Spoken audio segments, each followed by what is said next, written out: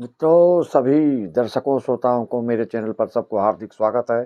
सबको नमन वंदन एवं अभिनंदन। मित्रों, मनोकामना ज्योतिष चैनल पर मैं आज आपके सम्मुख गोचरी स्थितियों से आपको अवगत कराते रहता हूं, हमेशा की तरह। अगर आप पहली बार आए हैं तो सब्सक्राइब कर लें, बेल आइकन दबा लें, तो आपको हमेशा इस तरह की महत्वपूर्ण सारगर्भित जानकारियां आपको मिलती रहेगी। अभी यह साल अब कुछ ही दिनों के मेहमान हैं, अंतिम वेला में चल रहे हैं, अंतिम अवस्था में हैं। अब कुछ ही दिनों में नए साल का शुभागमन होने वाला है। सभी को नए साल की मेरी तरफ से हार्दिक शुभकामना, आपकी उज्जवल भविष्य की। श्री राम मैं सब जग जानी करो प्रणाम जोर जुग पानी, भगवत भाव से सभी को नमन। मित्रों, आगे बढ़ने से पहले, जैसे कि आप जानते हैं कि बहुत लोग जप तप अनुष्ठान पूजा पाठ आदि करते हैं, कराते हैं, लेकिन उसका फल, उसकी अनुभूति, उसका एहसास जिसको जितना विश्वास होता है, जिसको जितनी श्रद्धा होती है, उतना ही फल उसको उस चीज में प्राप्त होता है। इसके लिए हम यह एपिसोड आपको इसलिए बना रहे हैं कि नए साल का जो शुभागमन हो रहा है उसमें आप अपनी कुंडली निकाल करके देख लें, या अपने घर परिवार में देख लें, अपने संतान का देख लें, अपने बीवी का देख लें, अपने बेटी का देख लें, अपने भाई का देख लें, अपने सगे संबंधी कुटुंब परिवार में किसी का भी देख लें, जिसके कुंडली में शनि बुध शुभ युति बना कर अगर केंद्र में हो, शुभ योग बना करके, तो ऐसे जातक के लिए यह जो गोचरीय स्थिति बन रही है वह 30 साल के बाद, 30 इयर्स के बाद क्या होने वाला है। 19 जनवरी को बुध जो है शनि से 60 डिग्री पर त्रिएकादश योग बनने से 60 डिग्री पर रहेंगे, जिससे कि लाभ ही लाभ होगा। ये राशि के हिसाब से नहीं है, गोचर के हिसाब से। शनि बुध अगर आपके शुभ हैं आपकी कुंडली में, तो निश्चित तौर पे देखिए 9 ग्रह होते हैं हर एक कुंडली में, तो किसी के लिए शुक्र बुध शुभ होता है, किसी के लिए मंगल गुरु शुभ होता है, किसी लिए कुछ अलग अलग शुभ होता है, अलग अलग कुंडलियों के हिसाब से।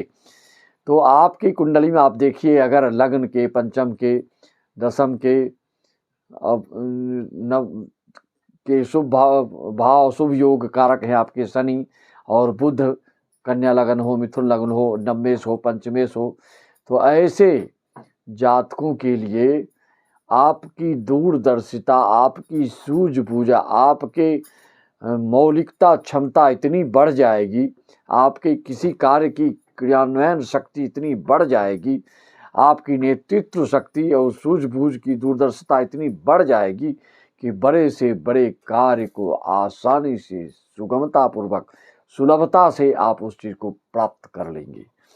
यह समझने के लिए, जैसे कि आप जान रहे हैं, यह स्थिति हमेशा बार बार नहीं आती है, क्योंकि यह कुंभ राशि में जो शनि महाराज अभी चल रहे हैं, यह 30 साल में इसमें आए। किसी भी वो राशि पर 30 साल के बाद उनकी पुनरावृत्ति होती है। इस तरह की दुर्लभ गोचरीय स्थिति 30 साल में हो रहा है। त्रिएकादश योग, इसको ज्योतिष शास्त्र में बहुत ही शुभ माना गया है। मेष राशि वालों के लिए यह योग नवम भाव में बुध और एकादश भाव में शनि के त्रिएकादश योग से बहुत ही अपार सफलता मिलने वाली है। इस त्रिएकादश योग से मेष राशि वालों को काफी लाभ होगा, आकस्मिक लाभ होगा, सडनली लाभ होगा, आशातीत परिणाम मिलने वाला है और यह समय आपका अच्छा बीतेगा। कार्यस्थल पर आपका भाग्य पूरा साथ देगा, पदोन्नति, उन्नति, उत्कर्ष को आप प्राप्त करेंगे। आर्थिक स्थिति आपकी सुदृढ़ हो जाएगी, आपकी सारी मनोकामनाएं, इच्छाएं, हालिप्सा आपकी परिपूर्ण हो जाएगी। दूसरी राशि है वह कुंभ राशि। एकादश योग का लाभकारी सिद्ध होने वाला है। लंबे समय से रुके हुए कार्य आपका बिल्कुल अब पूरा होने वाला है, संपन्न होने वाला है। बौद्धिक क्षमता में वृद्धि, मौलिक विचारों में वृद्धि, तर्क वितर्क करने की क्षमता में वृद्धि, ऐसे कार्यों में आपको सफलता मिल सकती है, जिससे कि आर्थिक लाभ विशेष रूप से होगा। आर्थिक स्रोत आपके बढ़ सकते हैं।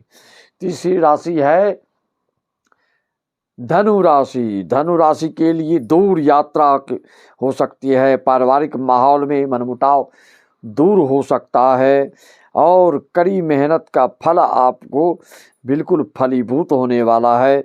नए मकान, वाहन आदि का वो प्राप्ति होने जा रहा है। विद्यार्थी अपने परीक्षा में, अपने कंपटीशन में, एग्जाम में बिल्कुल ज़्यादा से ज़्यादा नंबर लाने वाले हैं और जिस उद्देश्य से परीक्षा दे रहे हैं उसमें आप सफल होने वाले हैं। मित्रों, बात है सिर्फ तो विश्वास की। जिंदगी में अमन चाहते हो, जिंदगी में अमन चाहते हो, लेकिन मन में बमन होगा तो किसी ग्रह शांति का समन कैसे होगा। भजन रामायण गाते हो लेकिन धुन लेते हो अश्लील गाने का, तो तुम्हारे मन के विकार का दमन कैसे होगा। आहार विहार तामसिक रखोगे, जीव हत्या करके खाओगे तो तेरी जिंदगी में चमन कैसे होगा। हाय हेलो करके पूज्यों से आशीर्वाद लेना ना चाहोगे तो फिर इसके बिना नमन के कैसे होगा। हाय हेलो करके पूज्यों से आशीर्वाद लेना ना चाहोगे तो यह बिना नमन के कैसे होगा। मित्रों, बिना ईश्वरीय कृपा के, बिना अपने इष्ट देव कुलदेव की पूजा आराधना साधना के कोई भी कार्यक्रम सफल नहीं होता। बिना ईश्वरीय कृपा के कोई कितनी भी अध्ययन साधना कर ले, लेकिन उनकी भविष्यवाणी का कथन सही कैसे होगा।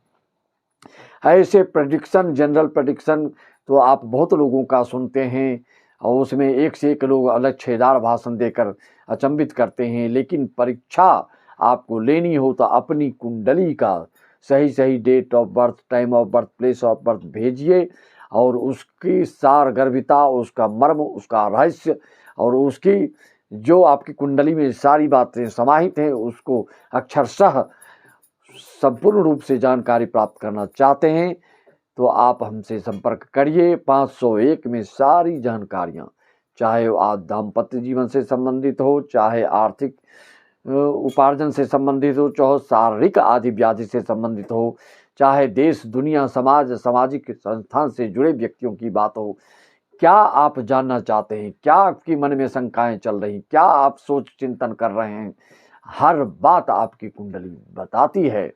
आपके मन में क्या चल रहा है, आप क्या रूप रेखा बना रहे हैं, आपकी क्या क्या योजना बन रही है, आपके लिए कौन क्या सोचता है, आप किसके लिए क्या सोचते हैं, वह सब पता चल जाता है आपकी कुंडली से। अगर शांति चाहते हो, मन की भ्रांति मिटाना चाहते हो और जिंदगी में कुछ करके दिखाना चाहते हो तो बिना क्रांति के यह कैसे होगा। इसके लिए आपको हिम्मत बांधना होगा और कर्तव्य परायणता दिखाना होगा। बैठे बैठे सिंह को भी आहार नहीं मिलता। जब तक तुम्हारे आहार विहार मोह माया भौतिकता की अतिरेक होगा, सांसारिकता के चक्कर में अतिरेक से बचोगे, तभी जाके आपके सारे सुकर्म के, सत्कर्म के, साधना के, जप तप अनुष्ठान के वो फल सफल होगा। मानो तो देव न तो पत्थर, हर चीज में शक्ति है, हर चीज का एक महत्व है, इसको आप मान के चलिए। मानो तो देव न तो पत्थर, मन चंगा तो कठौती में गंगा, मन के हारे हार है, मन के जीते जीत। मन से करो तो पूरा फल मिलता है, सिर्फ तन से करोगे तो पूरा फल कैसे मिलेगा। निर्मल मन जन सो मोहि पावा, मोहि कपट छल छिद्र न भावा। मन की शुचिता, पवित्रता, निर्मलता, निश्चलता से जब कोई धार्मिक कार्यक्रम आयोजन आदि आप करते हैं तो वह 100% फलीभूत होता है। बल्कि जब श्री गणेश होता है आपके घर में, कोई भजन कीर्तन कथा पुराण, तो उसी समय से आपके घर का वातावरण बिल्कुल शुद्ध हो जाता है। आपको मन को सुकून मिलने लगता है, मन में शांति मिलने लगती है, मन की व्यथा, बेचैनी, व्याकुलता सब दूर होने लगती है। यह भजन में ऐसी शक्ति है, राम नाम के 2 अक्षर में ना जाने क्या बल है, नाम उच्चारण से ही मन का धुल जाता संबल है। आपकी कुंडली में क्या क्या है, आपको क्या उपाय करने हैं, क्या साधन करने हैं जिससे कि आपको शुभ फल मिल सकते हैं, उसके लिए आप संपर्क साध करके हमसे उसका निदान, परिहार, ऑनलाइन पूजा भी कराने के इच्छुक हैं तो करवा सकते हैं। बिल्कुल संस्कारी, निर्व्यसनी, चारित्रिक दृष्टिकोण से शुद्ध पंडितों के द्वारा, चरित्रवान पंडितों के द्वारा, जो कि तंबाकू, बीड़ी, सिगरेट, गुटखा आदि खाने वालों से आप पूजा कराते हैं, तो वह समय, वह पैसा, वह सब व्यर्थ जाता है। क्योंकि हर चीज़ का एक नियम होता है। रोटी पकानी है तावे में तो उसके लिए एक निश्चित उसकी गर्मी, उसका तापमान निर्धारित होता है। ज़्यादा तेज़ करोगे तो रोटी जल जाएगी, ज़्यादा कम करोगे तो रोटी कच्ची रह जाएगी। यह एक उदाहरण तौर पे आपको बता रहा हूँ।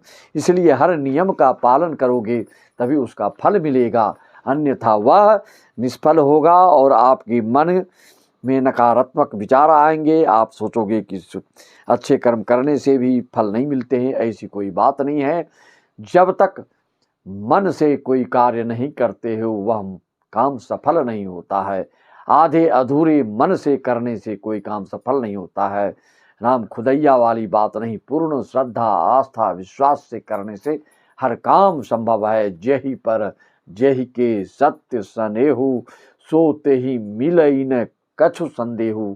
तुलसी बाबा के श्री रामचरितमानस में ऐसा गान किया गया है, उनकी लेखनी के द्वारा ऐसा उद्धृत किया गया है।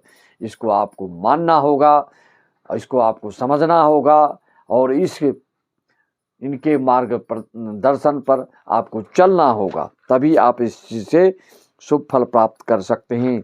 आपके लिए क्या शुभ रंग है, क्या शुभ रत्न है, क्या शुभ दिशा है, कौन सी दिशा में तरक्की करेंगे, किस अक्षर वालों से शादी होगी, कितनी दूर पर शादी होगी, लड़ाई झगड़ा क्यों हो रहा है, उसका निदान क्या होगा, आदि आदि की जानकारी आप हमसे संपर्क साध करके 501 में पूर्ण जानकारी प्राप्त कर सकते हैं।